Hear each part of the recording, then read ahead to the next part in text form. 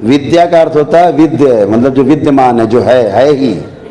विद्य यह है वो विद्या जो है ही, उसकी शिक्षा दी जाए उसे विद्या कहा गया। तो उसका अध्ययन करने वाला विद्यार्थी कहा गया, जो है ही।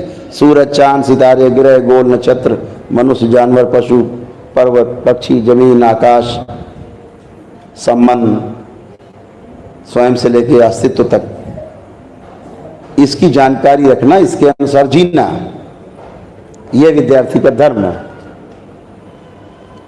तो क्या होता था पहले, एक आचार्य होता था, एक गुरु होता था।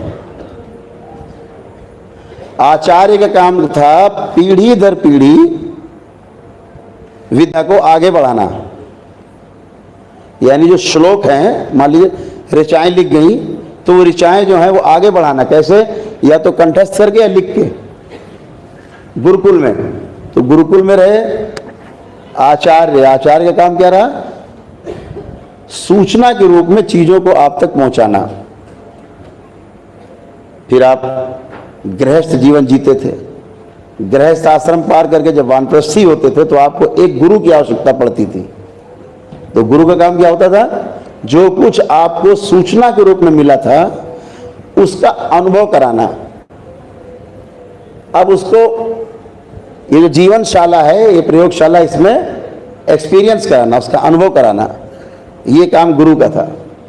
आचार्य का काम सूचना देना, पीछे से आई सूचना उस तक, उससे आई सूचना आगे, आगे वाले आगे देंगे।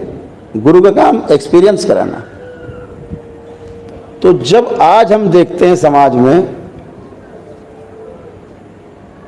कि हमारे पास सूचनाएं ही नहीं हैं, अभी भूत प्रेत के नाम पे केवल एक डर है, डर, जबकि भूत प्रेत से डरने की कोई आवश्यकता नहीं। भूत प्रेत सब निकालो, हम तो नहीं आते। ऐसे देवी देवता नहीं आते। क्यों? अंदर ये भराव जो आपके यहाँ है, गंदगी है। तो इसलिए हमारे अनुष्ठान हमारा उल्टा हमारे खिलाफ काम करने लगता है। इसीलिए करौली सरकार के दरबार से हमेशा कहा जाता है, जब तक आपके पितृ मुक्त ना हो जाएं। आपने सुना है ना कि कोई शुभ काम नहीं करना चाहिए जब तक बरसी ना हो जाए। क्या ना हो जाए?